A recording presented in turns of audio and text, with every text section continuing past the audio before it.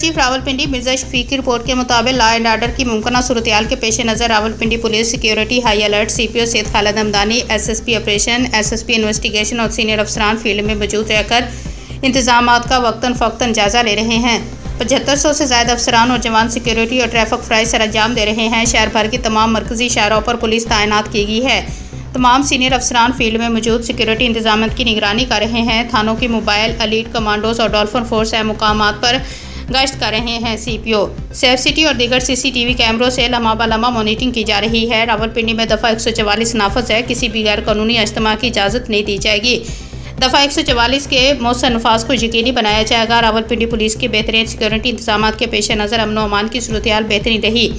किसी भी मुकाम पर कोई नाखुशगवार वाक़या रोनमा नहीं हुआ। कानून की खिलाफ वर्जी या शरपसंदी में मुलविस अफराद से आईनी हाथों से निपटा जाएगा।